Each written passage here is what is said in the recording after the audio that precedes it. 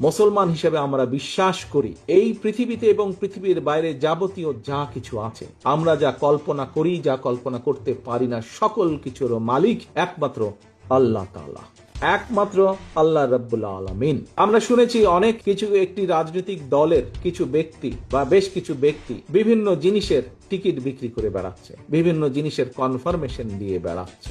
শহীদ রাষ্ট্রপতি জিয়াউর রহমানের নাম নিলে প্রতিদিন ব্যস্ত নিশ্চিত আমি বিশ্বাস করি। বেগম খালেদা জিয়া যার নাম উচ্চারণ করলে মুখটা পবিত্র হয়ে যায়।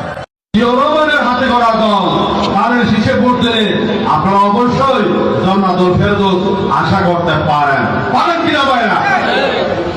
আমরা ধানের শীষে ভোট দিলে আমরা জান্নাত পাবো, এটা আমরা বলতে পারি। আদর্শবান দল ধানের শীষের দল।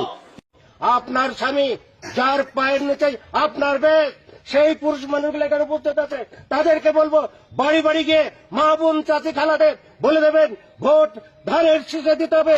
যদি ধানের শীষে ভোট না দেন, এই মহিলাদেরকে বলছি আপনারা জান্নাত পাবেন না। সেই প্রেসিডেন্ট উত্তরসূরি তারেক রহমান, তার নামটি উচ্চারণ করতে হলে উজু করে করবেন। আমি মক্কা মনে করি শাহজাহান চৌধুরীর এই বাড়িটাকে। যারা পাল্লা মার্কে ভোট দিবে বরং এরা দুযোগে যাওয়ার সম্ভাবনা বেশি।